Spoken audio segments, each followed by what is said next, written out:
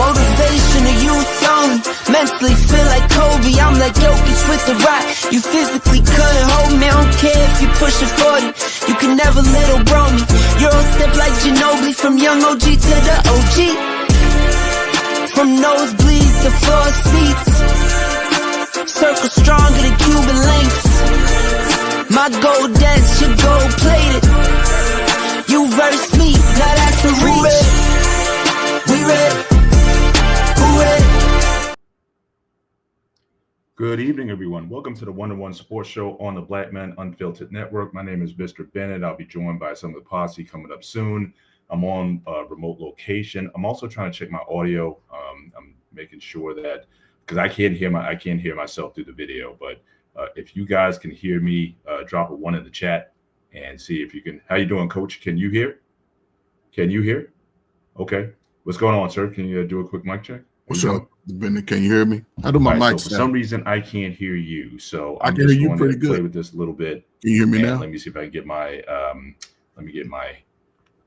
audio out to be working. Just give me a second here.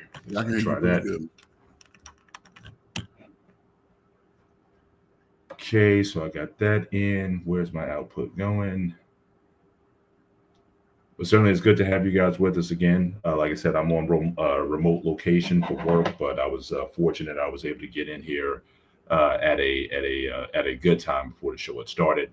So definitely looking forward to some content tonight. But Coach, while I still work on this, if you want to take over for a minute and just introduce yourself and see what's going on with you, while I sort this out, while I try to get some audio back. So just keep talking until I can get this thing working for myself. For sure, man. Take care of your business, man. Listen, man, this is Coach Ferg, man. I'm here with the BMU, the One-on-One Sports Show with my brother Benny. He's going to get his technical difficulties taken care of. We got my brother Shawnee and Dante, the Dallas connection. They probably be up in a little bit for sure. I know that, we hardworking men around here. So sometimes we just have to sacrifice for the family and keep it moving. But no, man. Looking forward to a great show, man. BMU taking care, holding it down for us, man. Title, could it happen? Will it happen? Will you watch when it does? Right, Coach, why don't you just keep on talking while, like I said, I'm still trying to work this out here. So just if you want to go in, just talk about whatever you need to talk about, and I'll get into the top 7 minutes. Just keep on going. No, this is training camp season for all the football fans. Some of y'all, hopefully y'all in y'all training camps too. I ain't been in training camp at all, but I got a little training in me. But hopefully you young bucks and young men are just out there getting some good training, man, getting some good sun. If you can find a way to work out outside, it'd probably be better than going to a little musty gym. But hey, it's summertime, man. Get out, get a good sweat going, good perspiration, man. Do some push-ups in the yard. Might even have a young lady watching you from the sideline on the side eye, but you never know. But as long as you show some motivation, I'm sure it'll work itself out, But yeah, man, I'm interested to hear what we're going to talk about because, hey, sports is sort of like ingrained in a lot of men, man. I've been involved in sports since I was 7 years old. I just celebrated my 50th year in sports. So it's been cool. It was cool. I don't know about coaching. If I find a little coaching position, I may help out, but I don't know. I've gotten a little lazy lately. I like to do things on my own time. But I'll see. I never give up hope. Even if I come on in the middle of the season, I don't care. I just let it sort itself out as far as opportunities. But yeah, again, football season, everybody's in training. I know they talking about Shador. They say he could start, but I don't know. You never know with the politics of sports. Dallas still got, contract issues as always. Jerry liked to make a grand entrance. I think he liked to just make the player understand like you got to go work for it, but they pay too much money to so little people. Let me see who else. We got players still seem like they would be in their prime, calling it quits. You get injured, man. Football injury is probably one of the most, complicated injuries because you're putting a lot of pressure on your body on a daily basis, making cuts, twists, turns, getting hit. It's like two small vehicles. Like if you got two Toyota Priuses or something going 20 miles an hour, it's like two bodies hitting, going, I guess, say the human run 20 miles an hour, a car go 40. So just imagine what the damage is if a car is going 40 and it hit another car going 40. And so you just imagine two humans, 6 foot, 220, 210, going 20 miles an hour and just hitting each other. So that's why it's important to be in good shape, be very flexible. If you do want to participate in any sport, just always do your stretching before. Always do your stretching. Your stretching should at least take 30 minutes, to get your joints and things sort of loose, and then you can get right into it. But yeah, because you don't want to injure yourself in the exercise or just an activity that you're doing. You want to make sure your flexibility is it was very important to me, especially when I was coaching young people. I used to have them do back bends and everything, even the big guys, 210. I'm talking about kids, teenagers. I ain't talking about, 15, 16, 17. Yeah, they can do back bends if you just allow them to push themselves. But it was interesting. So, just coaching, I look at coaching positions every day. And I don't know. I played baseball. I ain't really coach baseball, but I love playing baseball, especially a little kid. That's why I got the little kid right there throwing the pitching. I ain't want to pitch. I wanted to play catcher and first base. That was my position. In all the years I played sports, it's crazy. And I've had some redneck coaches. Most of my success was with Black coaches. I've coached I played on some undefeated teams and I coached some undefeated teams. But when I went to high school, I wanted to go where my friends went.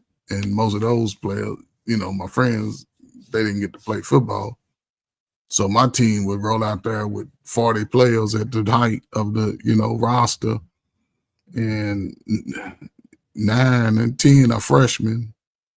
8, 9 or first time coming out, guys that go through high school, they won't come out their junior, senior year. Had plenty of them. And then it was myself and a few others.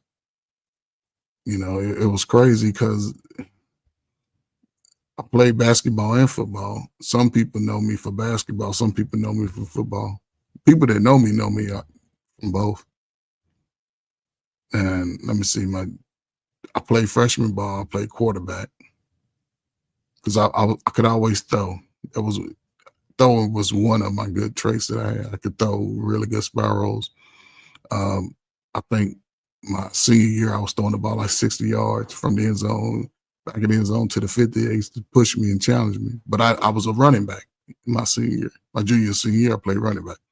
I wasn't a quarterback, but I could just throw the ball. I used to throw the little halfback pass all the time to a little white tight end, little white dude. He used to catch that shit every time too. He used to catch it every time. And I knew how to throw on the run because I learned how to throw on the run when I was a kid going to watch the high school players, quarterback throw on the run. So that was something I picked up early. I kicked field goals too. I kicked a 32-yard field goal my junior year. I kicked the field goal out of the stadium when I was a kid. I was playing junior football. And the wall, it was a big, like a 12-foot wall. And then they had a fence over that, like a 6-foot, 8-foot fence. and we scored a touchdown, and then we kicked field goals. We ain't do it like the little slow kids today. Excuse me, calling kids slow, but we had like real plays like the NFL and the college. So we lined up for the field goal, and I was kicking field goals, so I kicked it over the fence. It went out into the street. Somebody had to throw the ball back over the fence. And then in high school, I was a junior. I kicked the field goal. We lost 10-3.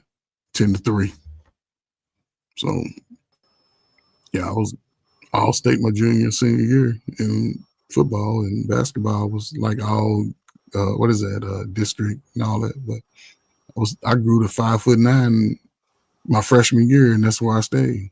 5'9" and 3/4. But I could bench press about 310, 20, something like that.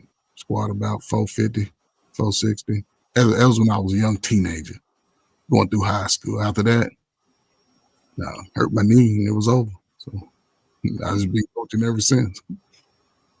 They had the strike. My freshman year in college, they had a football strike. Then I hurt my knee at the same time. I was like, well, ain't no sense thinking about the NFL. Let me go put my little slow brain together and probably graduate college. So it was looking good for a while. But then, here we are, man. Shit, I done had a great life, man. Shit. So salute to y'all, man. Thanks for sharing your story. Can you hear me? Yes, sir. Can you hear me? Okay, awesome. Yes, now I can hear you. I had to reboot my. It's like you got a little lag. Here, you got a little lag. You got a little lag. So try not to, because you sort of freezing a little bit. So try not to. Right. Okay, I'll do my best. Yeah, sometimes this hotel internet is not always the greatest. For sure. Yeah, so you got a nice background, man. Your shirt go in with your background, man. Pretty smooth, though. I try, man. I try, but yeah. So we're gonna try to get through this stream tonight. Again, thanks everybody for being here tonight on the One-on-One Sports Show. Sorry for the delays. Just make sure as you come in tonight, make sure you hit the like button. Certainly, it helps the channel. Also, consider certainly giving if you wish. Give a super chat or cash app certainly to the Black Men Unfiltered Network. Certainly, your support would be appreciated. And certainly for anything that you want for us, certainly we'll be posting our cash apps here, so you can certainly post there as well. So want to get into some of this tonight. Good to have you guys on once again. And so again, let's start out with, so we're going to lead up to that. Thanks, Ray, for kind of lining that up. So here we have, certainly the breaking news from last week, since last show. So obviously TJ Watt of the Pittsburgh Steelers signs a 3-year, $121 million deal. He's now the highest paid non-skill position player in NFL history. Certainly highest paid on defense over Myles Garrett and the guy from the Raiders who just got paid recently. Now the wait is on because there was some talk that maybe everybody was looking to see what everybody else did. And so here you have Michael Parsons of the Cowboys certainly waiting to get his deal, but certainly things have gotten more contentious again, and Jerry Jones again downplaying Micah, downplaying his not so much his ability, but his availability. Certainly, he had some injuries last year. He was certainly citing some injuries that he had. But at the same time, we all know Jerry tends to stretch some of these things out. But I would have thought that the dominoes would have fell almost immediately after he signed. You got him with Cincinnati Bengals is waiting to be signed. Got Michael Parsons looking to be signed. Still, you don't have any action moving on that yet. And so certainly the tension in that negotiation is certainly starting to upscale. But again, you got to ask yourself the question, certainly if you were, is Micah more valuable being traded at this point? Because again, I don't see what this back and forth is doing, how that's certainly helping either of the other cases. But could you see a potential trade coach for Michael Parsons, or do you think a deal gets done? If it does get done, do you think they'll certainly reset the market? Again, what's your take on the Jerry versus Micah situation in Dallas? And certainly this going into this first week, this is also the first week of training camp. And certainly not necessarily something you want over as you're trying to rebuild your team. You got a new head coach, and you're trying to rebuild. What's your thoughts on what's going on here? Man, it's crazy. I think Jerry put himself in a pickle. I don't see him trading him. I really don't. I don't see him trading him. I think that's the way Jerry Jones played. That's the way he played. That's the way he's always dealt with contracts with players. He needs Parsons on his defense. He knows that. I think TJ sort of set the market. I know Parsons wants to be in that list of highest played right now. He wants to be in that top 5, 6. So based off his upside, he has to be between 3 and 4 in the top, highest paid. I don't know if he'll get TJ Watt money, but he's gonna be close. So yeah. Shout out to again, Trey in the chat. Yeah, I mean, Trey, that might not be a bad option. You know, he certainly is a player in his prime. I think he's 26 years old, and you know, so certainly that is an option for Dallas. But again, these things again oftentimes tend to go on much longer than they need to, and you know, certainly I'd be curious to see if don't be surprised going in and. We'll see where this negotiation leads. But speaking, just getting back to the TJ Watt. Now, do you think that Pittsburgh? Do you think they overpaid? Because here you got TJ Watt is going to be 31 years old this year. Somewhat of a down year last year. Certainly not defensive player of the year, at least in the second half of the year. He seemed to have a fall off.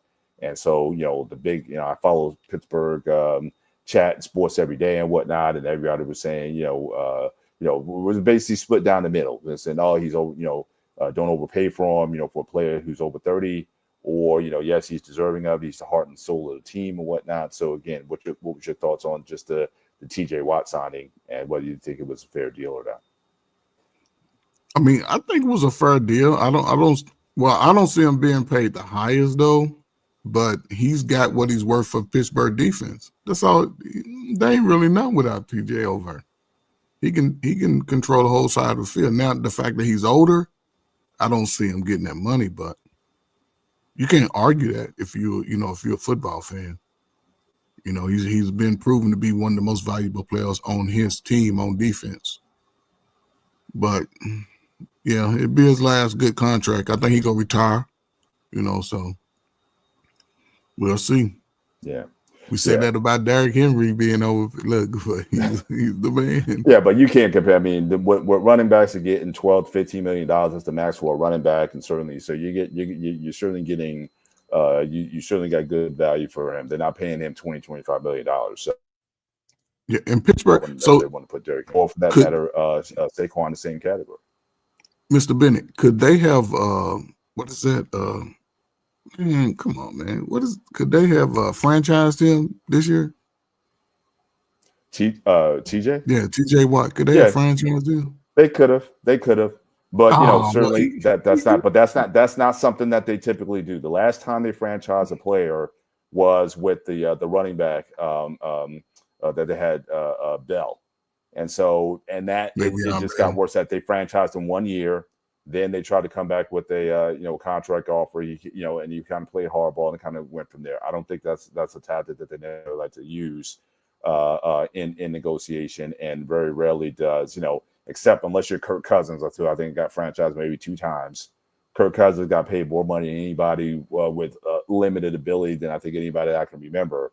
But Steelers, as far as quote unquote the Steeler way, they typically don't like franchising guys, especially guys at that high position. You're the captain, essentially, of the defense, and they don't necessarily like to play that kind of hardball. So it was either going to get a deal done, or they possibly try to trade him for someone the first, second rounders. But certainly, I don't think you don't play the franchise tag with your with the leader of your defense, and I don't think really for the most part it doesn't really work out with quarterbacks either. It's better off just kind of getting the deal done or moving on from that particular player. So that Derrick from Trey, Derrick Henry is an anomaly. How many other over 30 or top here? Yeah, it was no one was expecting it. And keep in mind though, but Jerry didn't even want to pay him $8 million a year. He paid his quarterback over $60 million. Dak Prescott $60 million.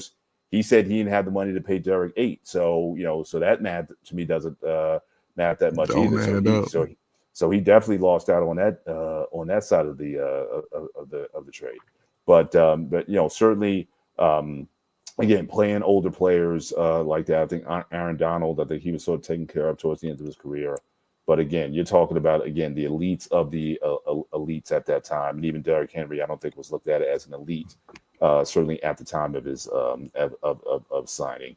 But yeah, paying 31 years old, yeah, but I think, having said that, I think the Steelers, just based on who they're bringing in Aaron Rodgers, they're building a lot of vets. I think they're kind of having like an all-in mentality this year. I really think that, I know there's all this talk about, we'll wait to the 2026 draft.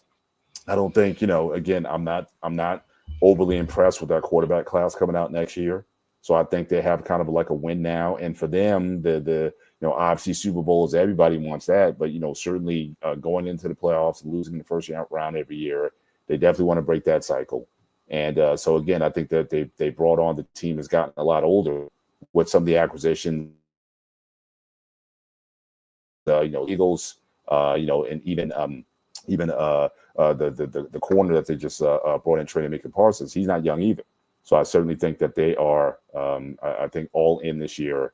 And again, and the fact that it's only a 3-year deal, it's a cheaper deal because, again, the salary cap numbers have gone up significantly since his last contract 4 years ago. It's a smaller percentage of the cap than it was then when they signed him to that deal. So I think, the number sounds, certainly exorbitant, but I think they were willing to swallow it. And I listened to, just before getting on, I listened to the press conferences and whatnot.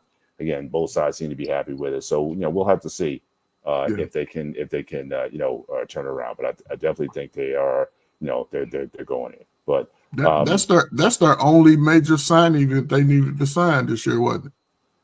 They don't know anybody else that got a major contract on that team. I think he was the only one.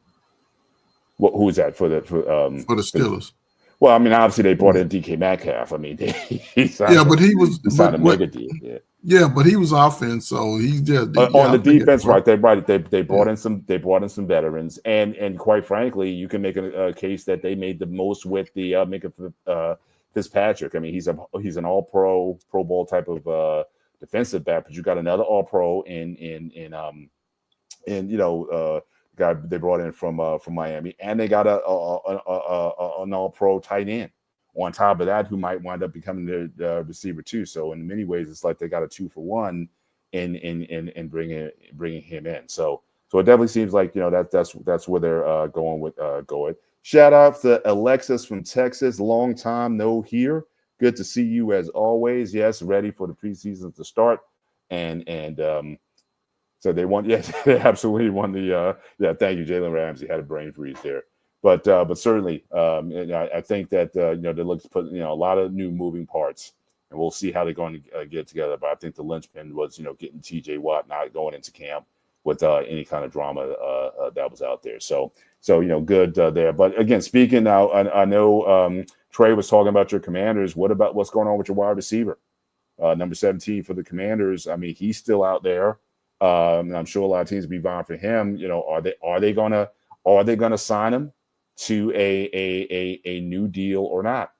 And that's going to be that's definitely going to be he's certainly one of the prized guys out there. McLaren, if they don't get him, what's going to be your option then? To me, it doesn't make sense. They had a very impressive rookie season for your quarterback, and now one of his favorite targets is still out there.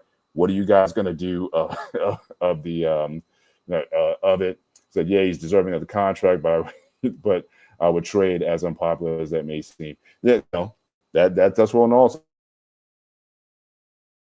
But if you talk about McLaren, but he's certainly a talented receiver, and certainly I would love to see if he could if he can get there. But yes, you think they're going to make a deal. So certainly, I hope they do.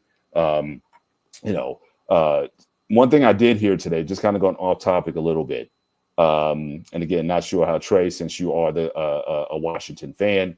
Now there was some news today, and again, we don't talk politics on this show. At least we try to stay away from that. But I was hearing something to the effect of, I know there's a new stadium deal that Washington is in conversation with the with DC on. And apparently, I was watching Pat McAfee earlier, and he was talking something to the effect of that the current president was certainly making his flexing a little bit, saying that basically if essentially if they want the new stadium deal, they need to turn back to the old name of the team. And I don't know if that's just a flex, how serious he is about it. I know obviously that the old name of the team, certainly a lot of fans, it was torn when they made the name change. I mean, there was a lot of pushback on that. It was very controversial at the time when they made the change, and now he's sort of putting himself back into the conversations again. So I'm not sure. He's the mind his business. The name of the team isn't a federal matter. But I think some of this, it's almost now. Remember back in the day when he was vying to become an NFL owner. I already know he owned the USL team, the Jersey Generals. He tried to get in. The NFL basically blocked him because he was in a position he was trying to buy the Buffalo Bills, and they kind of froze him out. And he's kind of saying to an extent that he wants to try to screw the league. We all know what happened when that whole thing with Colin Kaepernick, and he kind of got involved. So it's like every now and then he likes to just put him wherever he can. He likes to just put his jab into the NFL. So this might be just another attempt just to annoy people in the NFL, or is he going to be an impediment to the stadium deal getting done? For the Commanders. I was watching a few months ago. They were talking about the project, and obviously there were some hurdles that needed to be done. But I thought at the time, the project was about to kind of go through, and that they had gotten the approval for it to build a new stadium. Because from what I understand, the existing stadium isn't that great. Obviously, you're not going back to RFK, which I'm surprised. I don't know if it's still up even. But this is certainly something where, again, it's just getting into something that just to at worst, it's just to just to annoy them. Shout out to Black Man and Filters, that's as well. So always look at the Alexis from Texas, even though she's from Texas, a tried and true red Kansas City Chiefs fan. So here you have BMU just giving us some heat there. And last comment here just from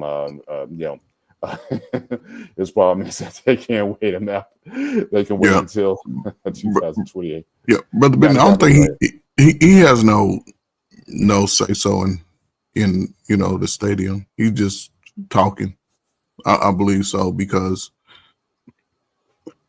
what is he going to do? Not give the permits to build the stadium? This is some, he can't do that unless he's playing business with the stadium bill. If he's doing business, then, he can't. NFL league, they can take him to court. He's just a politician saying, "Hey, we want the name back." That's all he's saying, really. But yeah, I like the Commanders though. It sort of goes with the area. It does. The Commanders. That's what the White House is. The Commander in Chief, all of that. So he just need to be quiet. Hopefully, he can get him a box seat when he's not the president no more, because they might not even let him in the stadium if he keep talking. He'll get it if he wants to, but I hear it's not just a flex. I mean, in fact, I'm seeing on McAfee. I don't think it's just him posturing. But again, I always thought he wanted to kind of get back at the NFL for freezing him out that many years ago when he wanted to try to buy the Bills. And so, he's looking to interrupt again. But that was just a side note, just because of the topic of the Commanders kind of came to my head. I put that out there. And like I said, I know Trey, he's a diehard Washington fan.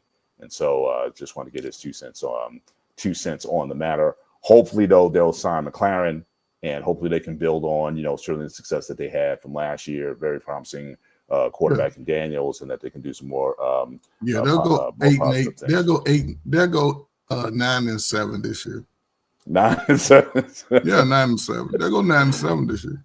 I'm just based on what I'm seeing, I'm picking them possibly. They'll definitely be second in the division. I see at least 10 or 11 wins.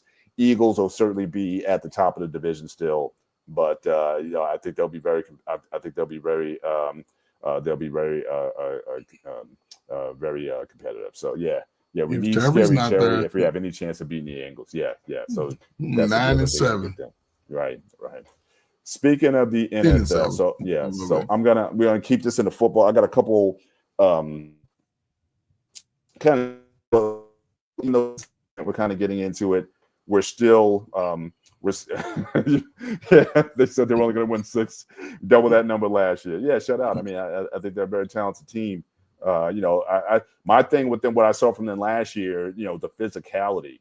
I don't think they could keep up physically with the Eagles was like the main thing for them. They're very talented. Mr. Benny, you froze, man. Yeah, the Eagles got a pretty young team. You froze, brother Ben. I think Washington has a pretty good young team, though. It's going to be interesting to see if everybody comes back. They do need a receiver to come back to camp. Go ahead and pay the man. I think the Commanders will probably be again, like Mr. Bennett said, in the top part of the league. So okay, I think I'm back. Am I back? I think I'm back. Okay, yeah, that again, hotel, internet, even, and I got the upgraded package. Okay, because I'm here for business, I'm here for work, so I got the upgraded package, man. And I'm still struggle streaming here. So again, apologies for if I dipped out for a second, but want to keep this into the NFL and just a couple topics. Just I was kind of putting together with the guys. Want to have a couple, since we're right at the beginning of the year. And obviously, it looks that way. It came with it. I was part of it, and they still get me over here. But I want to talk about a couple sort of all-time football topics. Next week, believe it or not, you're going to have basically the Hall of Fame game coming up, and so Hall of Fame talk and stuff. So, want to talk about a couple topics that's always been on my mind. Again, I'm not here to ruffle any feathers tonight. But certainly, I want to talk about a couple things here, just to just get a conversation going. So one of the things I always came up, someone dropped it in my thread, and somebody was talking about the Bears and how legendary the Chicago Bears were. That their defense is arguably the best defense of all time, and this and that and whatnot. So again, Bears obviously 1985, 1986 Super Bowl champions, 15-1 record. And oftentimes cited as being one of the best of all time. But honestly, I just think they're a bit overrated. I've always said that about them. First of all, you only went to one Super Bowl. And I'm sorry, it's like you can, just certainly as a team or even as a defense, one and done, you don't even make it back. Even the Legion of Boom, they got back to a Super Bowl.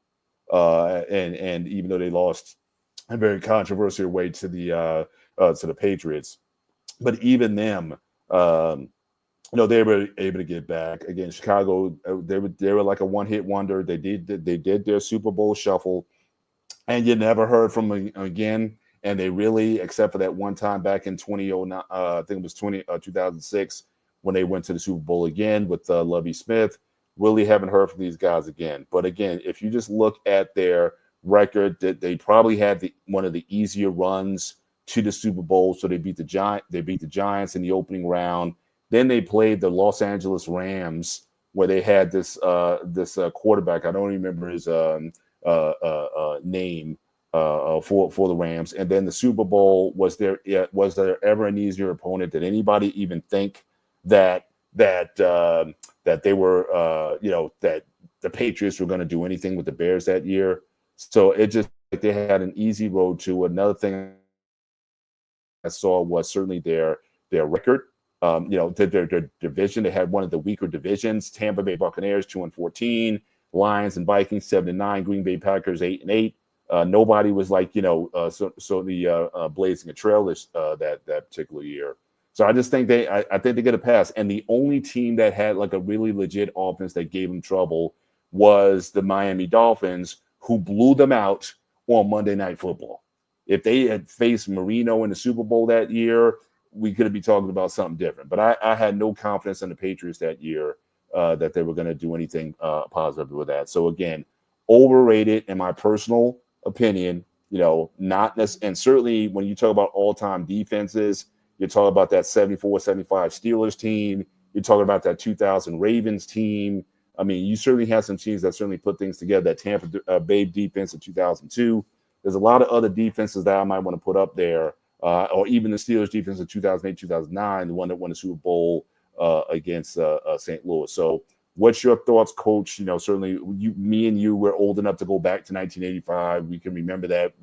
So I'm sorry, Trey, I realized you were only 1 year old at the time. So this is it's forgive our ageism here, or reflecting a little bit, because those other guys aren't here yet. So forgive our ageism. We're Gen X here, so forgive us for that. But I figured I'm going to talk about it a little bit.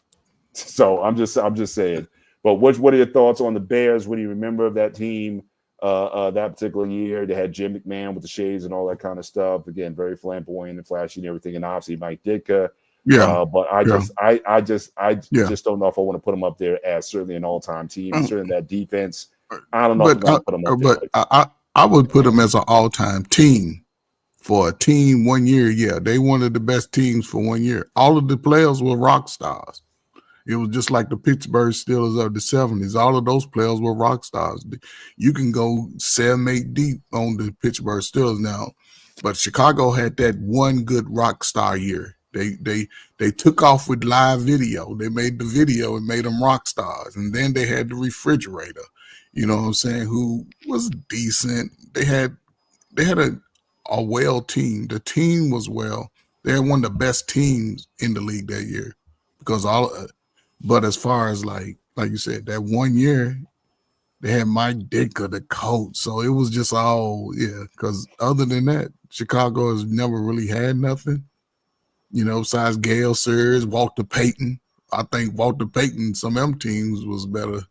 But it was just, I don't know. Walter Payton was on that team, wasn't he?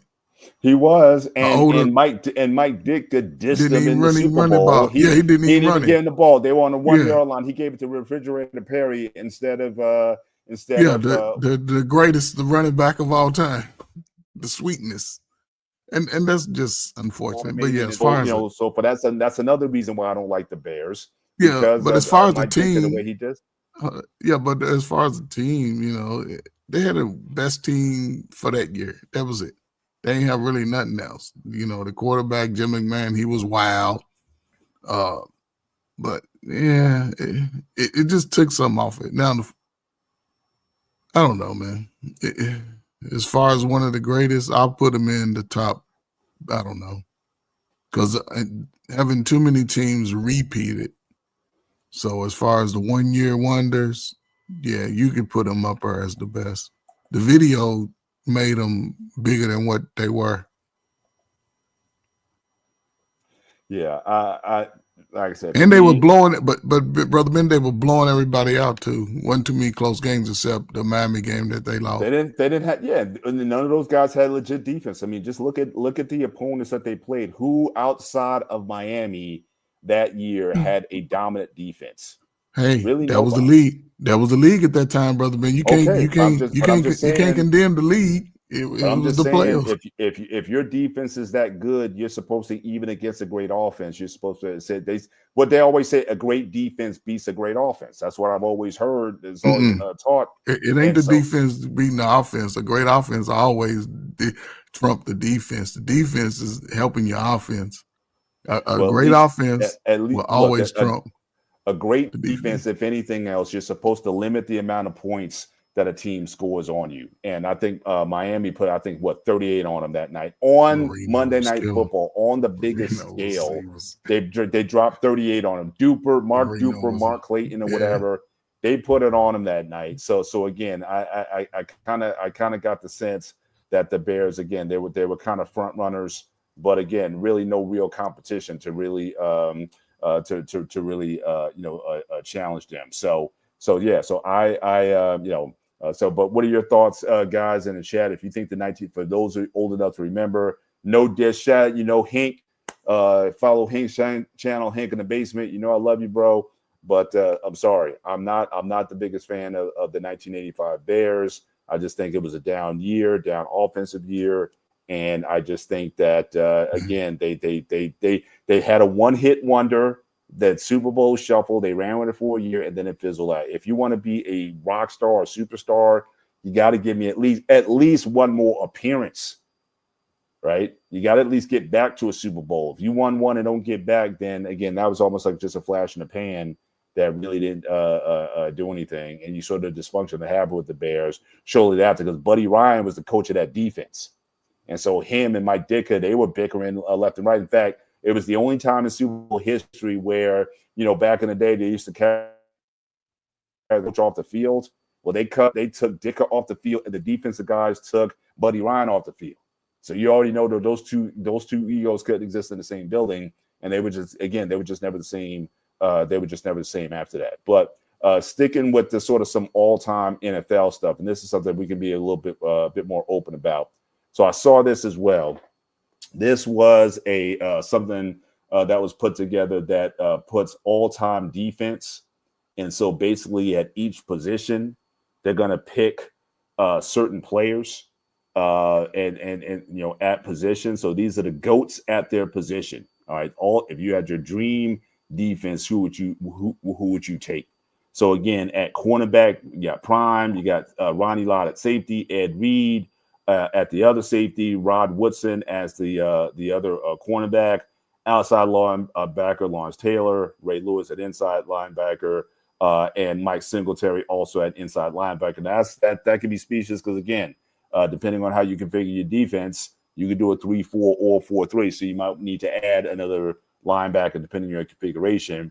But on the defensive ends, you got Bruce Smith and Reggie White, and then on the interior, Aaron Donald and Joe Green. So again, to me, very impressive list. Coach, what are your thoughts on this list? Is there anybody who you would swipe out of this list? Now, this could be based on who you've seen, or if you want to go way back, because some people say some people would go all the way back to the 50s and 60s Bears with. I wasn't even alive. I don't even know. Okay, I'm just saying based on, but we watch NFL films all our lives, and we hear how some people are talked about and whatnot. And a lot of people who are certainly on the chat today, they weren't around when Joe Green, for example, was playing football. So or even Lawrence Taylor for that matter. So what are your thoughts on this? Just looking at position by position, is there anybody who you would swap out at these at any of these positions here for the all-time NFL defense? I would have to see what players are behind each of these players. But this list right here, I don't see any weaknesses. I don't see where you can be like, yeah, I don't see it. I'm thinking about other great players that played the position. Because at cornerback, I was thinking about Darrell Green for the Washington Redskins at that time. He was one of the fastest and shut down corners. But other than that, man, listen, you can't go wrong with this list. Lawrence Taylor playing linebacker, man, no telling what he would have did to a defense. I mean, to an offense. If he was playing linebacker, he had freedom to roam like that. But yeah, this list is solid, man. You talking about all Hall of Fame. No question. Yeah, no question. And a lot of first ballot Hall of Fames on this list as well. No question about it. Well, let me ask you this. So again, this is like a 3-4 configure. I mean, a 4-3 configuration. 4-3. Yeah. So if you was to switch to the 3-4, one, who you taking out from the front four, and who are you adding to the linebacker core, who's obviously not on this list right now? Man, who am I adding to the linebacker? Ooh-wee. Or if you wanted to add, so if you wanted to go to a 6-2, so again, you're gonna take a linebacker, add a fifth defensive back. Who are you taking out of the linebacker core, and who are you gonna put in there as a fifth DB if that person's not here? So you got a couple options here in terms of who you want to play with in terms of this in terms of this rankings. Man, listen, man, I'm trying to see, man. I'm keeping this list right here, man. I can't see nobody really shaking nobody off of this list right here, because that front four would have, it's too much, man. I'm telling you, man, because Yeah, it's two. You got a strong safety. Man, Ronnie Lott,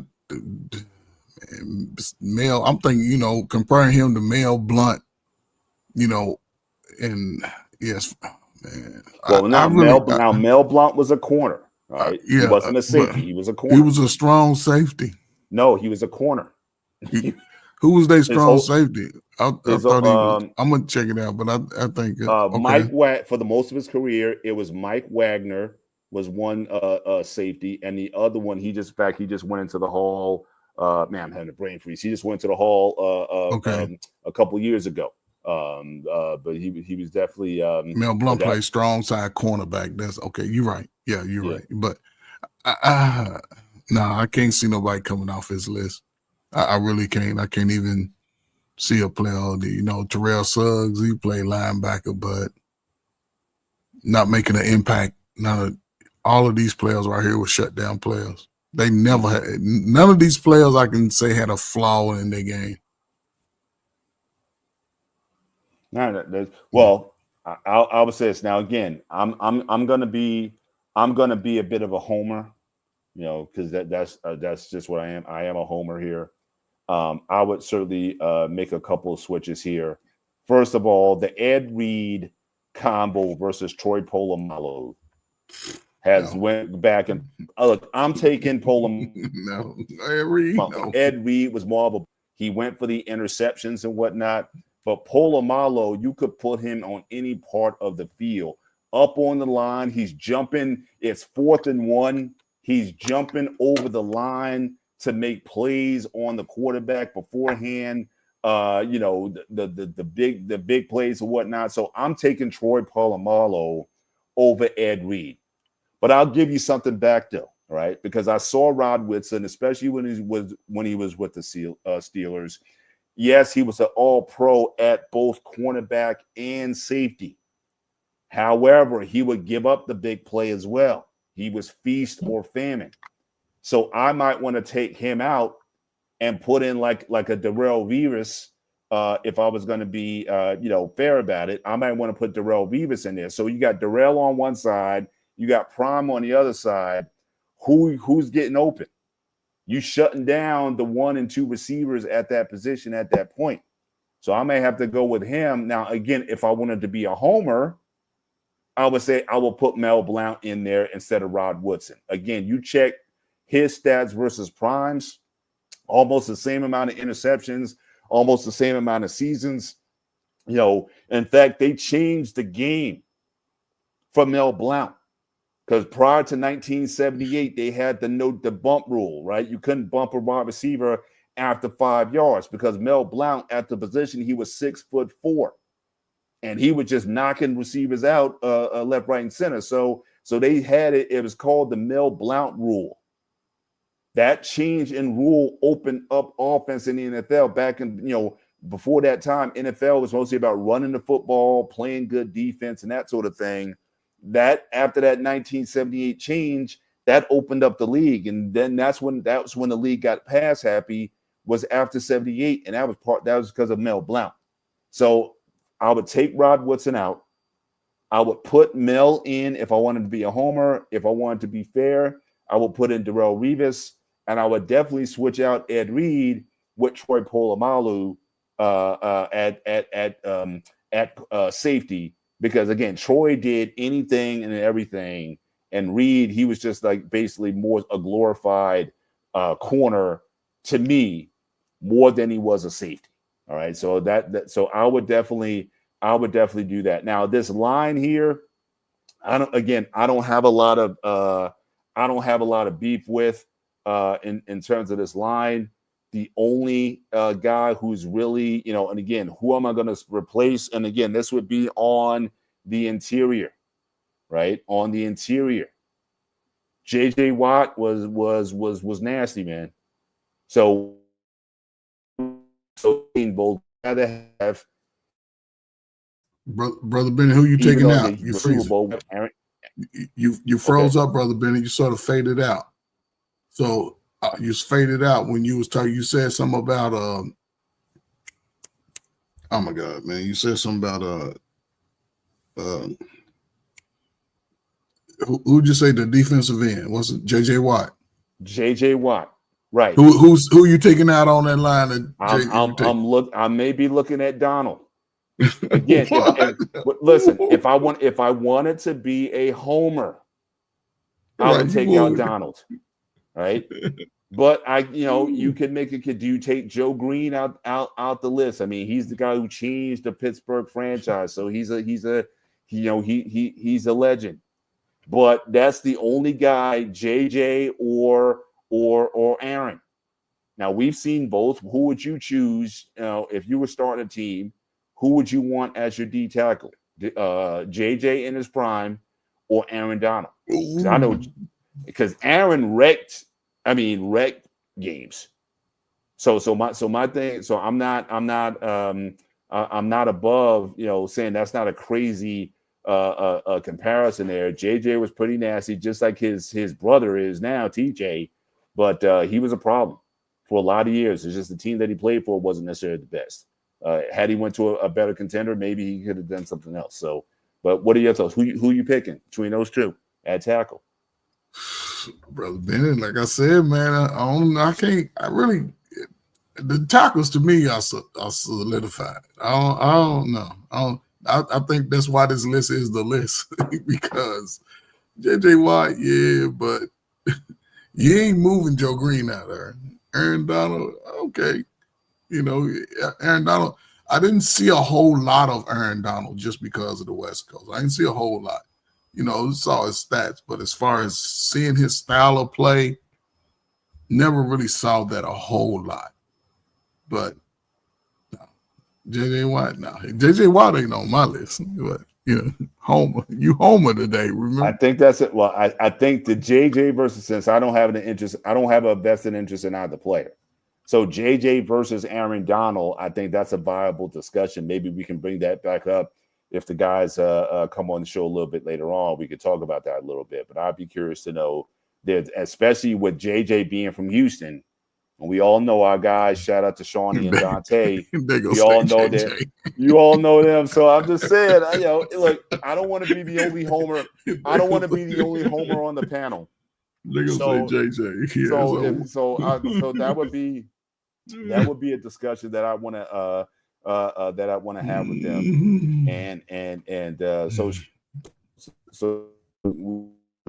we can certainly move on from here. But I thought this was this, and I thought that certainly being able to chop it up. But again, for those in the chat, who would you say would be who would you take out of this list? And we didn't answer the questions though. So again, we go to the 34. So one of these guys have to come out. So who you taking out? And then who's your fourth linebacker? Okay.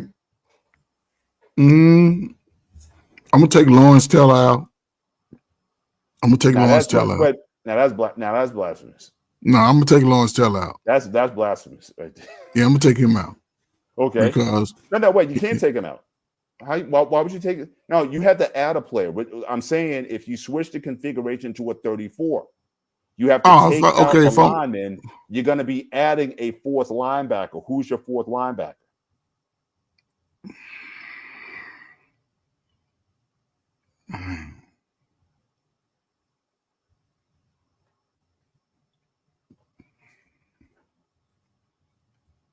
I know it's Orban, but who you bringing up?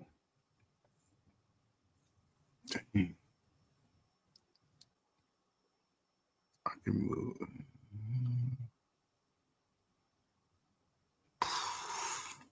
Ooh, man, I'm gonna go with man. Just I don't know, man.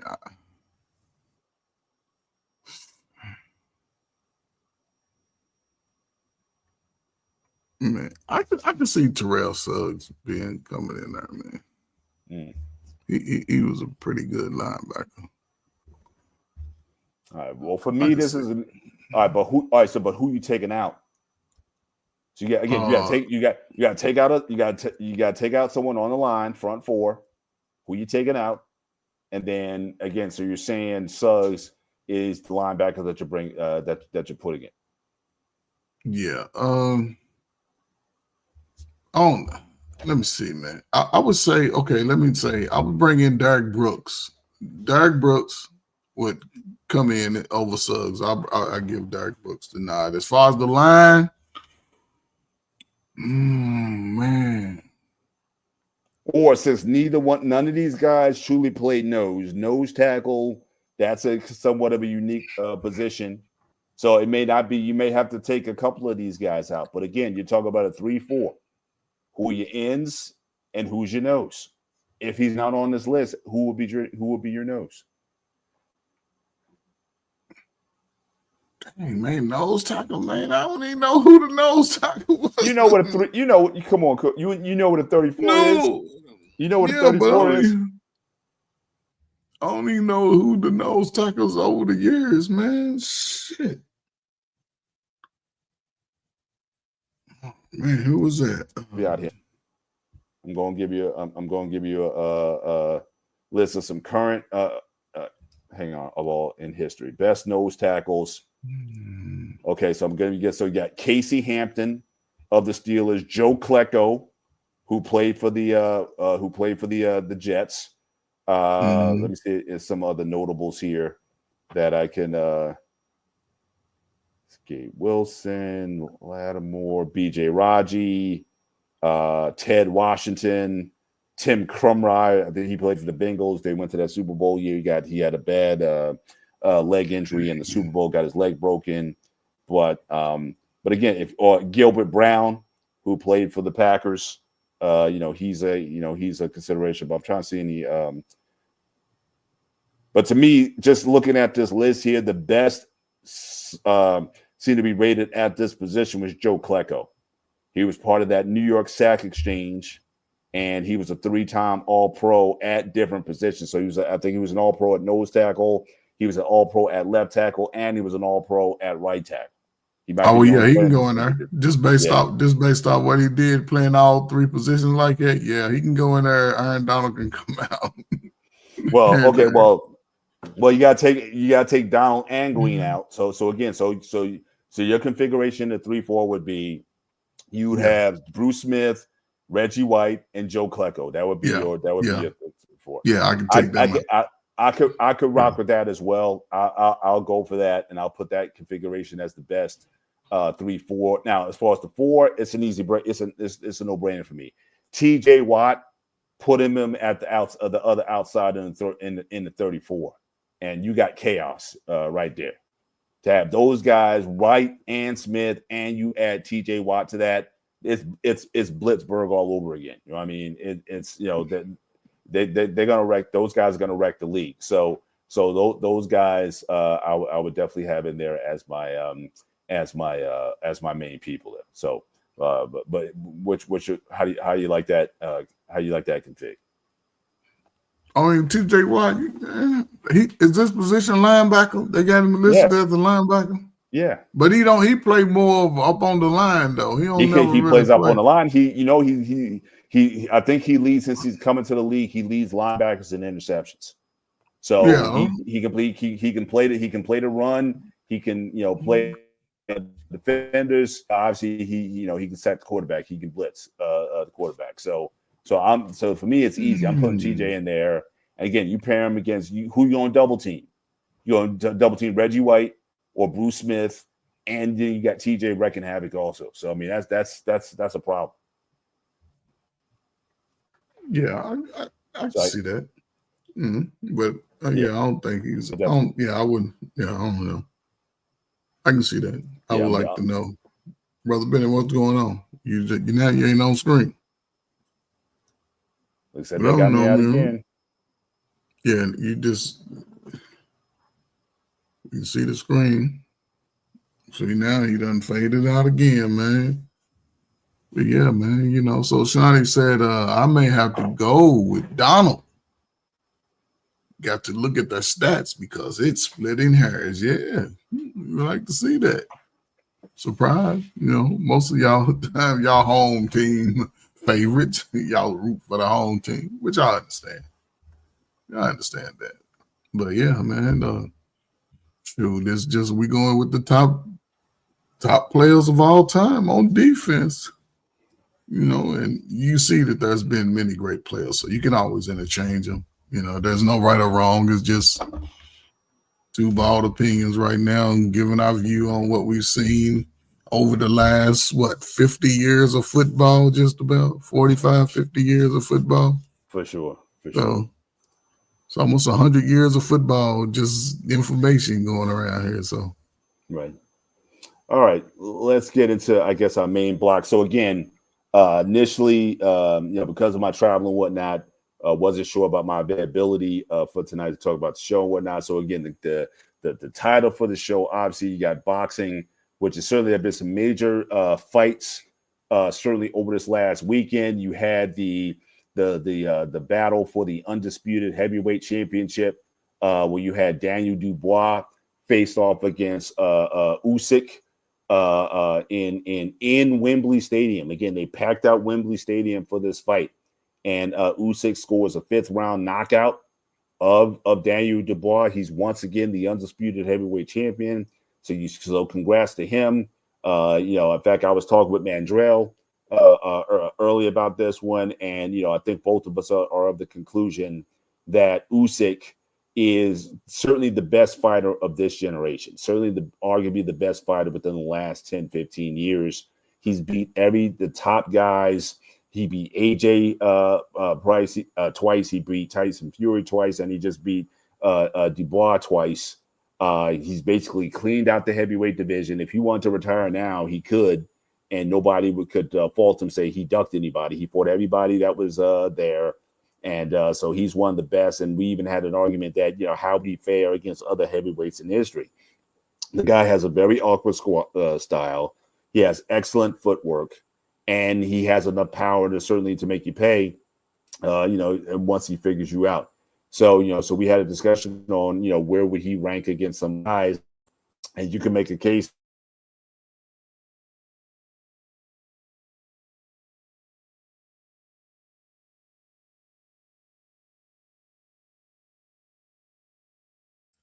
And I was on mute, man. Yeah, Brother Benny, you froze again, man. So, yeah, you can make a case, man. Usyk, man. I think he's a pretty decent boxer. Haven't seen a lot of him, but if he's been knocking out, you sort of froze again, brother. Everything you said for 15 seconds.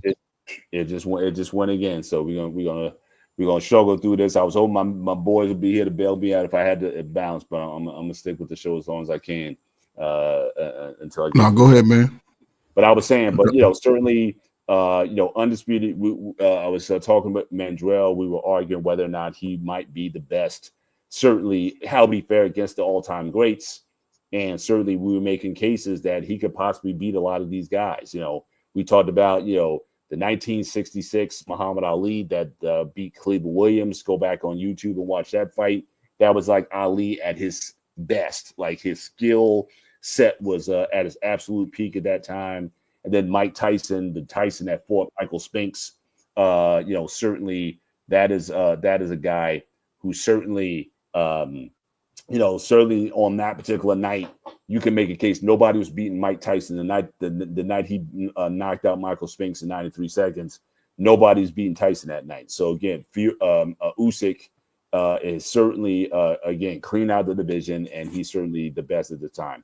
That same weekend, you also had the return, much to my chagrin, of Manny Pacquiao at 48 years old. Comes back, and he has a very decent fight against Mario Barrios. Very competitive fight. A lot of people thought he won the fight. And so then you start to hear the chirping. Floyd Mayweather starts chirping again. He's already in a beef with Roy Jones. And all Roy Jones said was he didn't think that he was the best in his era. And that set Floyd off. So they're going back and forth beefing over who was the best. Floyd thinks he's, just like in his moniker and his initials, TBE, the best ever. And Roy Jones pushed back against that. He gave his own opinion, and they've been going at it. But nevertheless, the gauntlet's been thrown again that to get Pacquiao and Mayweather back in the ring, which, again, I don't want to see. But certainly I think a lot of people were more than surprised at what Pacquiao was able to do against a much younger opponent. Again, a lot of people had him winning the fight. And so this is setting up. Could this possibly happen? Could we see a rematch of Floyd Mayweather and Manny Pacquiao? Would you want to see it? And who do you think would come out on top? And I think that certainly for a lot of people, they're buzzed because, again, not expecting that out of Pacquiao. I think they're probably thinking that, hey, something could be, that's something that can come off. But shout out, we got Shawnee. Dante showed up tonight. Thanks for being able to come on.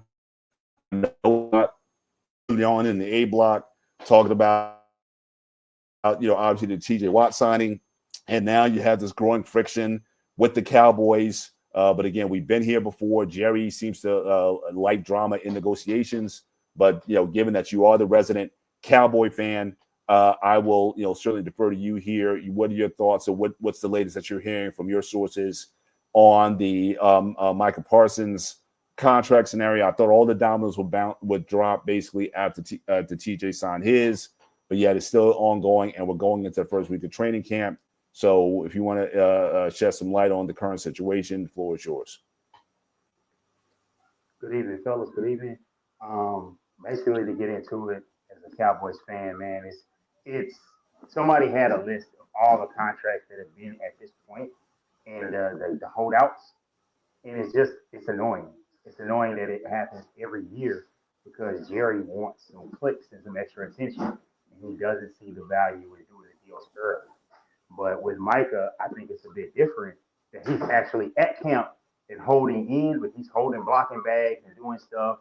And then he came out with Trayvon Diggs and backed his teammate with something I really respect.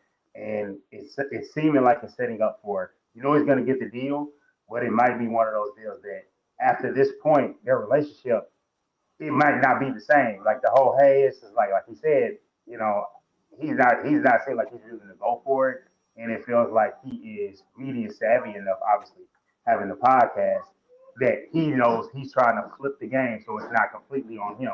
Where Jerry normally wins that, where it's like, they're like, why isn't that guy in the camp? Why isn't he this? And, so it's something where it's like, you got to deal with it. You're going to be annoyed by it, but I'm focused on, I know the deal's going to get done. I want to see who's getting better with the new coach and who's doing what. And I am saying it is positive that he's at least there. And not because we've had the thing last year with CD wasn't at camp, showed up, was behind schedule. Same thing with Zach Martin, showed up later, was behind schedule. So at least being camp, you're in somewhat shape, and hopefully the deal will get done pretty soon. I will say I did see that David Goldman, who used to work for DallasCowboys.com, now I think he's with Fox. He mentioned that he just kind of, I don't know if he has sources. He said he thinks the deal is going to get done around August 10th. I'm not sure what that lines up with, but I mean, it's something I keep it in mind when they're going through this. I know the first is next Friday, so hopefully they'll get some type of traction. Adam Schefter was on 105.3 today, and he was just like, yeah, no contract proposals has been exchanged. And basically what he said is what probably happened is when Micah had that sit-down talk, it went too far, and Jerry's thinking, well, we almost got a deal done, where Micah was like, oh shoot, I gotta call my agent. And I respect Micah. Don't get outdone in business. Get your agent on the phone, get that handled. He probably took it too far, and that's a lesson learned from him. But somebody's gotta, I would say somebody, Jerry needs to pick up the phone and make it happen. They don't like to pick up the phone, but sometimes you gotta do what you gotta do to to keep your season going and keep it intact.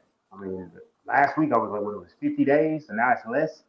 So it's like, the Eagles are getting lined up, and that's a tough team. You need to have everything singular focus. That's a tough game to win anyway, and it's a division game. So get the stuff and the semantics out the way. Let's get to the business. I heard that. Yeah, we'll follow the Jerry drama certainly as it goes on, but hopefully Michael can get what he's what he's owed.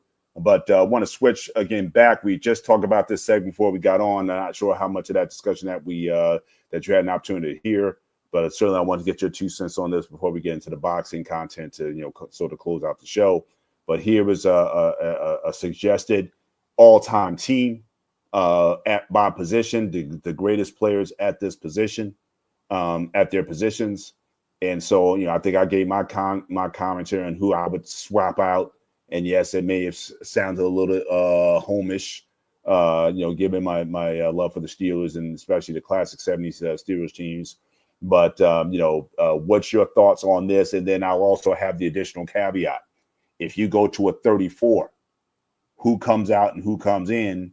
Or if you take a linebacker out and add a fifth defensive back, who comes out and who comes in? So, you can give your initial thoughts on the list. Anybody you would change here for 4-3, then your comments on the 3-4, and then they go to a 52 on the linebacker and cornerbacks. So you can share your thoughts. Okay, so that's the main thing I wanted when I said in the chat. Nickel, basically, if you're looking at it from this era, I'm looking at it from two linebackers on the field. So now you got to say, hey, obviously, I'm saying you keep Ray Lewis on the field, you keep Singletary on the field. Unfortunately, somebody's got to come off because Donald can stay with his hand in the ground. I'm not moving me and Joe Green. And it's crazy to say this. Bruce Smith is going to have to come off the field in passing situations because Lawrence Taylor is coming down. I'm not removing Lawrence Taylor from the field. So Lawrence is coming down and he's putting his hand in the ground and edging for my defense. Rod Woodson, I would say Rod Woodson can stay on the field, but my only thing is I need another corner. So who's the corner who I'm going to have is to be the nickel. And my thing is I know Rod Woodson could play safety later in his career. So I'm going to move Rod Woodson to nickel, and on the outside I'm lining up Darrelle Revis. I'm lining up Darrelle Revis and Deion Sanders. You have to throw the ball somewhere, and I'm going at that with it. And I don't know how many points and what you're going to be able to do on the other side. And that just gets me excited thinking about that. I was thinking about paying homage to your Steelers and saying, you know what, give me Mel Blount, give me somebody like that that's real physical up on and lining guys up at the line of scrimmage. I like corners like that. I would say I don't care for the Patriots, but like when they had Lawyer Malloy and Ty Law, I did like that style of defense. And like you always talk about Peyton Manning. They changed the rules after that game. So if I get some guys like that they can get physical, I'll say I got Deion that can fly. I got Ed Reed and Ronnie Lott, and I'm assuming we're playing a little bit of the older style of football because I got Ronnie Lott. I gotta let him play like himself. I gotta let him line guys up over the middle. So that would excite me. Even though I'm an offensive guy, I love this defense and this look and this talk because I want to see now if we could have a show before we get to the season. What would the all-time offense look like? That's a real chess match. Right. Now, there were two spots since you're old enough to remember these guys. So I want to get your 2 cents on these. So, again, there's always been the Ed Reed versus Troy Polamalu. I'm picking Polamalu simply because he can, he impacts so many different parts of the field. To me, Ed Reed was more of a ball hawk, so which is why he had more interceptions. But, 4th and 1, who I want on the line, I want Polamalu on the line. So that's one. And then secondly, Aaron Donald, J.J. Watt, since you being from Texas and from the Houston area, I can make a case that I want J.J. in because, as a homer, I'm not taking Joe Green off. So that's just not happening. But certainly if I was going to, try to pick in a classic 4-3 scheme, I may want to go with Watt because I remember those years when Watt was just hell for the league.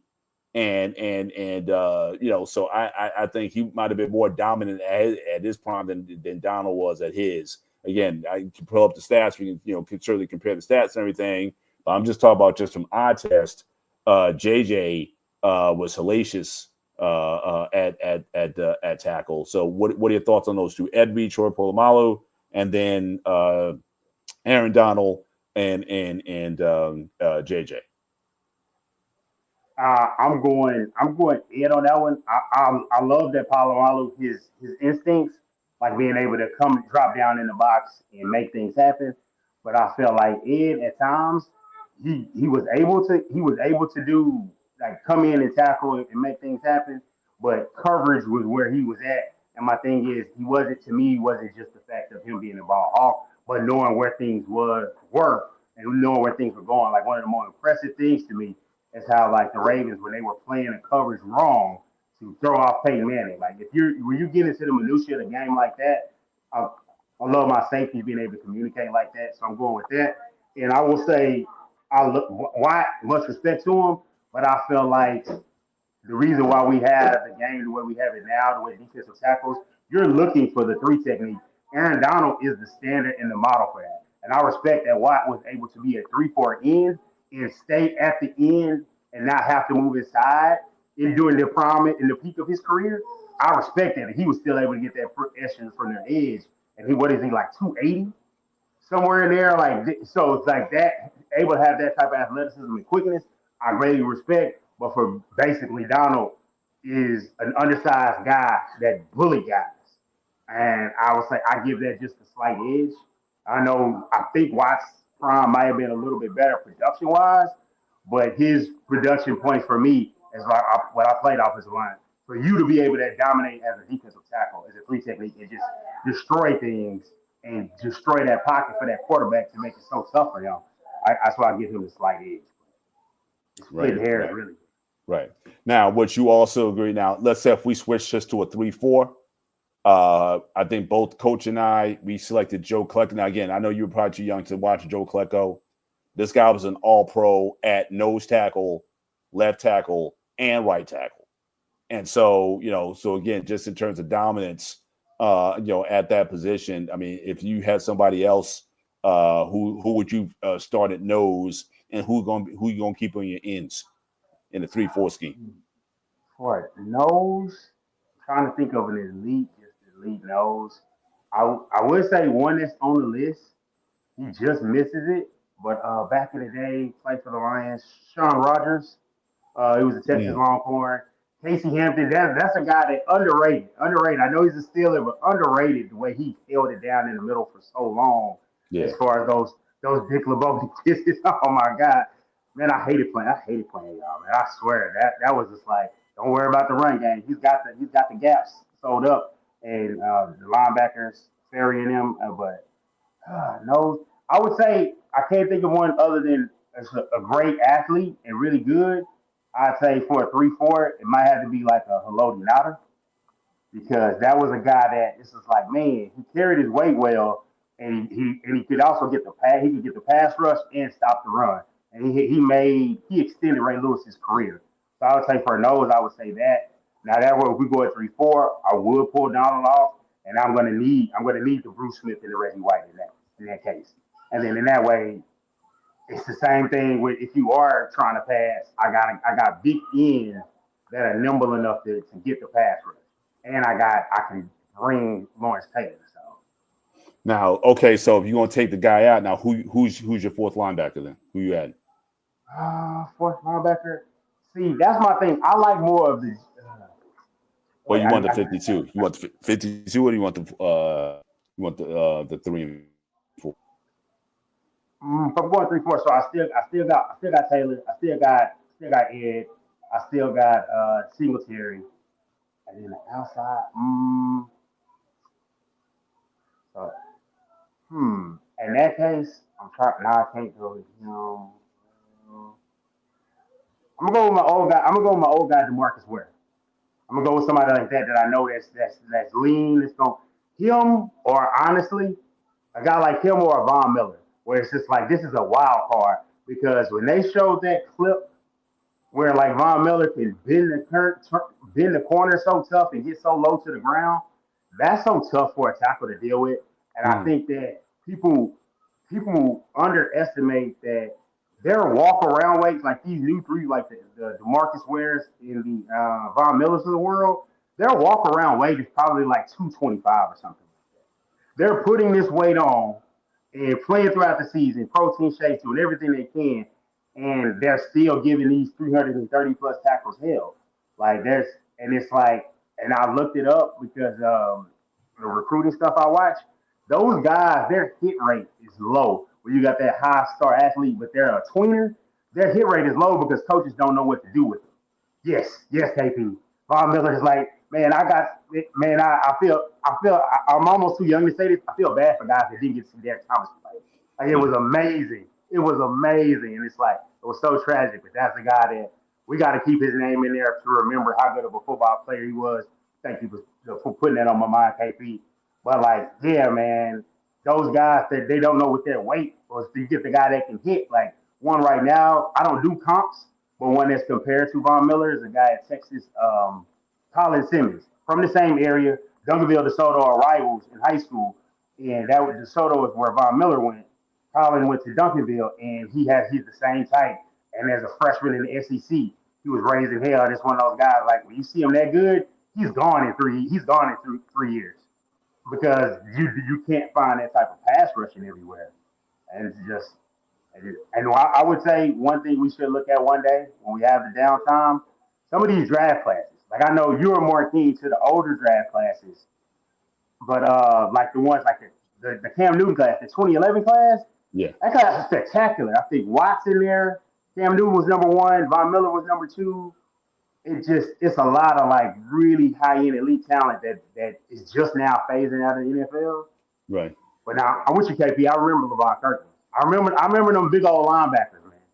Well, yeah, that's the thing. I mean, back then, linebacker, you were minimum 250, 260 paid linebacker. Now, like you said, 225, 235, being agile to keep up with these receivers seems to be more at play than being big, stocky, of the world or whatnot. Them guys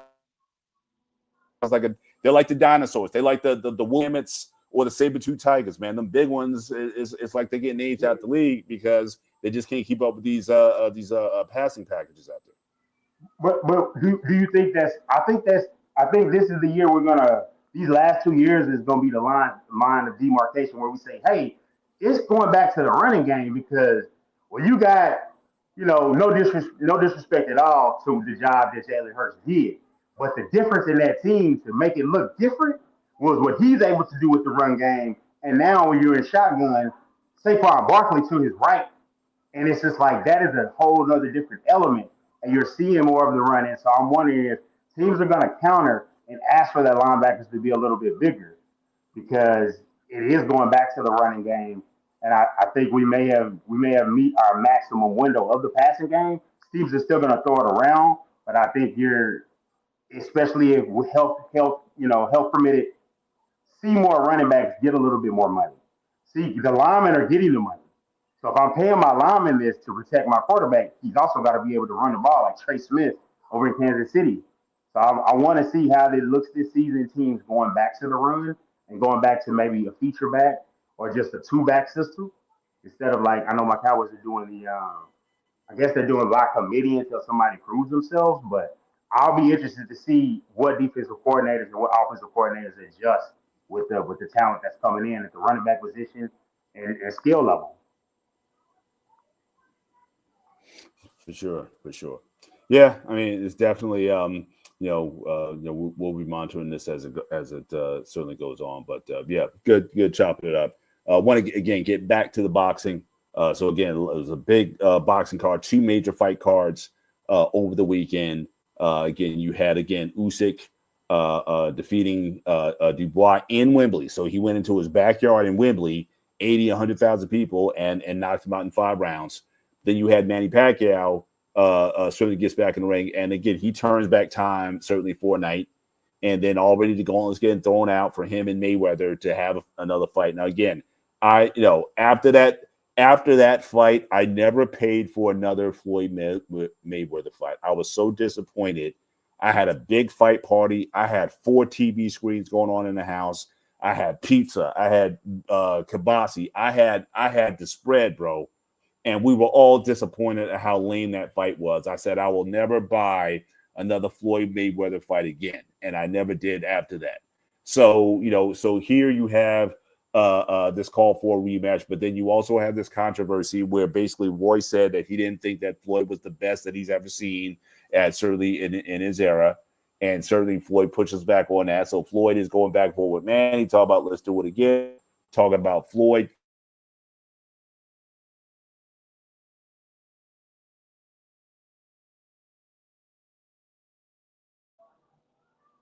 Mr. Benny still with us? I think he's having a little bit of problems, but he's traveling and his internet keep freezing on him, man. So yeah, he's been dealing with that the whole show. But yeah, man, go ahead. Mr. Bennett, you freezing again. I know. I told it's this enhanced hotel internet that's been doing it to me all night. So again, I'm just struggling through, just trying to get to the end of the show here. But yeah, I mean, I could see this fight happening because again, at the end of the day, it's about money, and if people want to see their guys play or fight, they'll put their money out there to do so. So apparently they want to do this for real, and I think it could very well happen. I'm not paying the money to see it, just and again, shout out to Manny for putting up a great effort against a very certainly a much younger opponent and title holder, not just a contender, but this was for a title match, which I got problems against. Because again, I mean, the guy's been retired for so many years. Why are you getting a title shot, leapfrogging everybody else? I got problems with that. So I wouldn't support it, but I could certainly see it happening. What are you guys' thoughts on the potential that we may see Manny Pacquiao and Floyd Mayweather in the ring again somewhere, Saudi Arabia, whatever they want to put these things? It seems like these days they're more spectacles than fights. But unfortunately, this is the state of boxing right now, where even though you have a lot of this young talent out here, they're always trying to just run it back with these guys that kind of bring the yesteryear back. So what are your thoughts on that, Coach? Would you want to see again Mayweather and Pacquiao do it one more time? What's your thoughts on that? Pacquiao's 48 years old. I think Mayweather's close to 50. Let me just get his age here. Yeah, I wouldn't mind seeing it, man. They both old, man. We need some boxing. It don't matter because boxing is going to be watched whether people are young or old. So yeah, bring them on back, let them fight, and retire both of them. You know what I'm saying? But yeah, who's coming up behind them? Ain't too many. But yeah, let them fight. They old. They want to come back. George Foreman did it at 45. So became heavyweight champion. I think the world will still watch it. May not be you, Mr. Bennett. You ain't ordering it, but you'll watch it. I'll watch some highlights. I'm not paying $100, whatever they want for this. Yeah, fight. I'm not paying for that. They had to be on ESPN or something. Both of them are 48 years old, by the way. So, Dante, what are your thoughts on this potential fight? Could this come off, and how do you think it will go? It could go, but it's gonna be like you said. If the last one was a snooze fest, this one's gonna be worse. I'm more so with you. You're telling me new boxers all the time, like, hey, check this guy out, look him up, look up this guy to try to build them up. I would rather them build up. They put the infrastructure to the young guys. Like I understand when you make a old Hollywood spinoff, that after 25 years, but like there is a peak and a prime to the physical human body. And like, yeah, we got who is it that had a late career? Bernard Hopkins. You got your Bernard Hopkins of the world. Yeah, you got George Foreman that came back. But I feel like this, Coach Ferg, sometimes when a guy is so special and has it, hey, he has this, and maybe other people should come back at this point. Maybe they shouldn't come back and just kind of leave their legacy be alone. Because by the time when I was really into boxing, I saw Roy Jones. I saw the end of it. I saw how it looked. And it was just kind of like, there's nothing can save you. This is not a team sport where, hey, man, when Duncan got old, he's averaging 13. He got a young Kawhi. He's got a Tony. It's just you in that ring, brother. It's you in that ring, your wit. And if you punch drunk, it's gonna get bad for you. Or if you don't got the skills anymore, it's gonna get bad for you. And it's just like, let the legends be the legends and go away. Like, I didn't love Pacquiao coming back, but it's kind of like, the money, like you said, the Saudis and the different money out there. It's like, get to a point where you can't resist. I would just hope that they put the money, like you said, into the infrastructure of boxing. And then, like you said, every couple of weeks we're saying, hey, boxing took an L. Like the zone fight in New York City that they had, and it was kind of rough and different incidents. Like, build the young guys up and the up and coming, and like let's let the legacy fights alone. But I would say that is because of the fiasco that is the Paul brothers. They keep doing this and having these spectacles, and so now it's just like, hey, let's just go grab this and make this happen. Yeah. Going into the last matter of the night, so you have Clarissa Shields, who is considered, certainly at this point, obviously the one of the best women fighters, multi-divisional women's champion, whether or not you're into women's boxing or not. But, nevertheless, she's proven to be a very dominant. She even won, I want to say a heavyweight championship just recently. So she's moved up. I think she might have started off in the 130s. Now she's like into 160, almost 170 pound division right now. Apparently, she's giving $15 million. I guess she got some managed to get $15 million for Layla Ali, who's 47 years old, to come out of retirement and fight Clarissa Shields. So again, it's like boxing has to go back to these veterans, these OGs from back in the day, to try to entice some interest. So Clarissa is really after her and whatnot. Again, I don't want to see a 40-year-old. I'll watch some women's boxing. I mean, Alicia Baumgartner, Clarissa Shields. You just had Katie Taylor and Serrano sold out at the Square Garden. I mean, again, certainly there's certain cards that you can certainly say is worth watching, certain fighters that are worth watching. I don't know if I want to see a 47-year-old Layla Ali who got out at a good time. She didn't. Now, there was, again, back then, women's boxing was very different. You didn't have a lot of opponents, and the only one that was legit that she could have fought, she ran away from her. In fact, again, I'm having a brain freeze, but this woman was like the most dangerous woman that was out there, and Layla didn't want any part of, Ann Wolf. Look up Ann Wolf and watch some of her highlights, and she was putting certain women comatose, straight up. This woman was a devastator. She was actually trained. She trained male fighters for fights. Remember watching HBO and Showtime fights where she's a trainer, but she was no joke. And certainly, that was the only competition for Layla. She avoided that. So I never gave her career much credence to begin with, mostly because of her father. But now she's offering this money up for this fight. So, Coach, what are your thoughts? I don't know if you watch Clarissa Shields or if you watch women's boxing, if you're a fan of it. But what's your thoughts on the prospect of Layla Ali coming out of retirement to fight Clarissa Shields? And I guess you would put the belts on the line or whatever she has there. But what are your thoughts on that potential matchup? Could that, in fact, happen? And would you look forward to it happening? I hope my sister Layla Ali ain't that broke where she needs to go fight Clarissa Shields, man. It ain't the same body after you done had babies come out of that thing, man. You older, been out of the game, 10, 15 years now, man.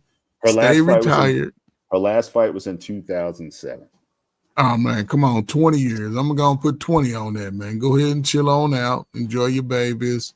Teach your babies how to box, and maybe they'll get to beat up on Clarissa. But don't you bring yourself. She about almost 50, ain't she? She 50. Yeah, 47. 47. Stay on the sideline. Don't get caught up in Clarissa Shields nonsense. Don't do that. Don't leave her alone. Stay on the sideline. Heard that. Dante, what's your thoughts? Again, I don't know if you watch Clarissa Shields or women's boxing, but what's your thoughts on this potential matchup of Clarissa Shields coming back? I mean, Layla coming back for $15 million. I don't think she ever made that money in her career. So, they always talk about money talking. Could this happen? My thing is it could. When they're putting that type of money up and that kind of talk, that's the thing. If you got people that's willing to put the money up, I mean, they're going to promote and sell the fight. It's just one of those things. It feels like one of those old Rocky movies. Like, what's the one where he came out in 2007? Rocky Balboa, when he came back, and I think he was fighting. Who was the actor? Well, not the actor. Who was acting in the movie that was a boxer? I forgot. It might have been Tarver. I can't remember. But I was looking at it, and I was just like, no way people would ever do this. And now we're at the point that this is the second segment in a row. People are really talking about doing this. Somebody coming back and fighting, and it's just like, hopefully Layla doesn't take the bait. I mean, I can understand being enticed by the money, but I just don't take the bait. That's just, that woman's in her prime, and it's like, nah, let her go at her prime. You have your time. You have your time. If you can't affect when you were born, and when somebody else comes up, but nah, they leave that one alone. They leave that one alone for sure. I agree. I agree. Like I said, just don't want to see it. But again, I think for Clarissa, her thing is also there's really where she's at right now. There's not a lot of notable fighters. Like I said, you had Katie Taylor and Serrano that just fought, notable names. This is their third fight between the two, all close fights and everything. And so again, you had some competition there. But if there's no comps, so she's just chasing the money where it is. She can get in the ring and fight for $100,000 against no-name people that won't even tune in.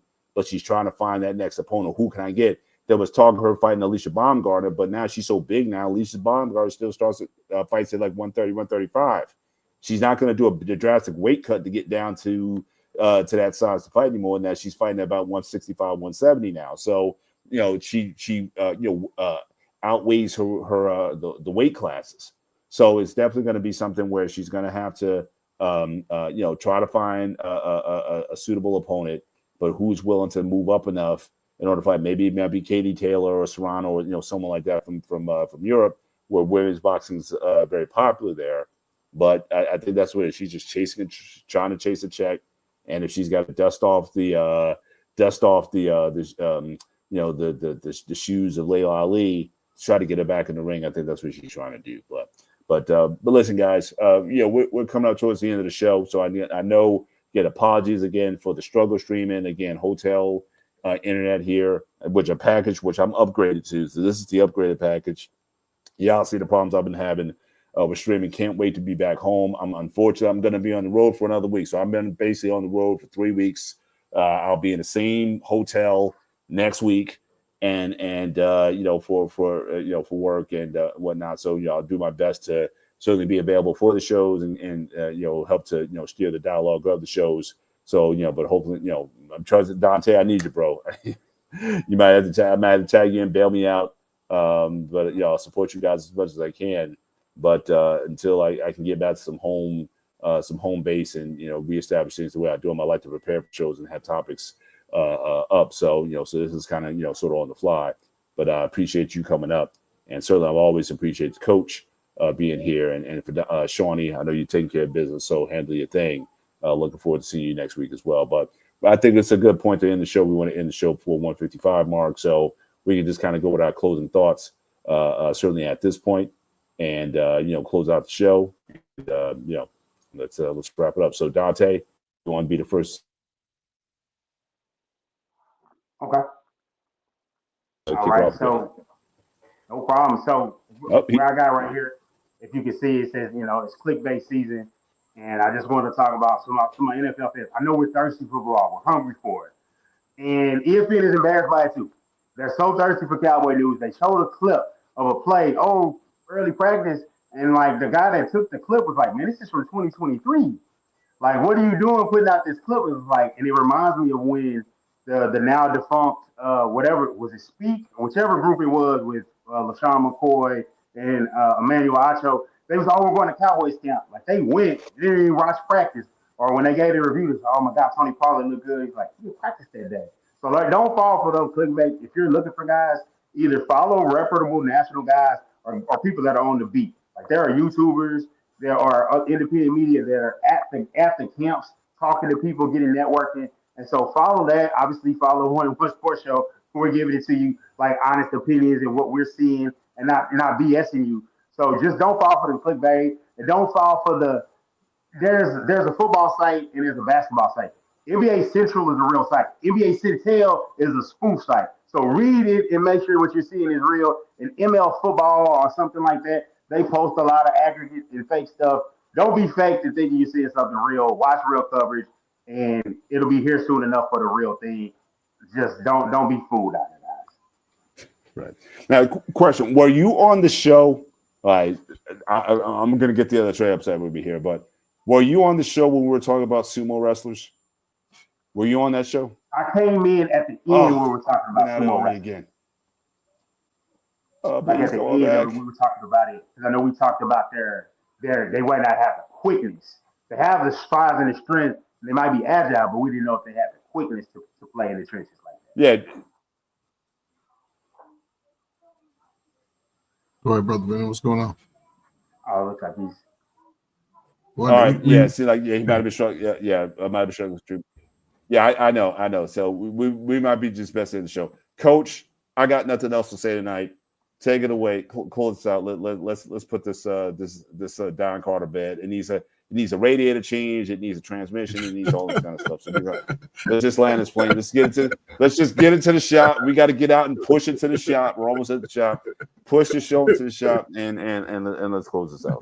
Listen, man, call down to the front desk, tell them you demand a discount refund. But listen, man, this is the middle of the summer, man. We out here. I know, like Dante said, man, some of you only football fans, listen, man, there's other sports to be enjoyed also. Little League World Series, I think they're going to be convening. The kids got to get ready to go back to school. Everybody get outside, enjoy the middle of the summer, wait till the sun go down if it's too hot in your area. Let the kids get outside, burn off some of their energy, give them a good hot bath when they get home, give them a good hot cooked meal, man, put them to bed before 9 o'clock, man. Everybody get some rest, man.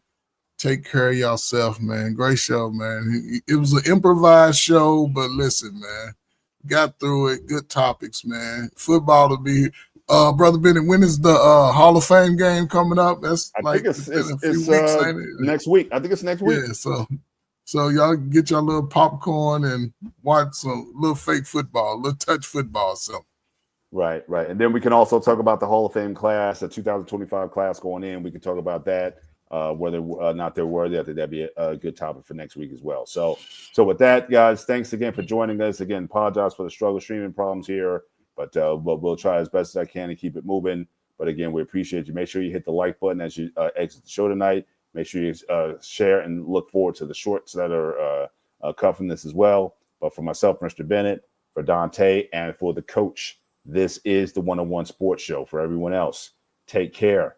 God bless. And we will see you next week, hopefully. Good night.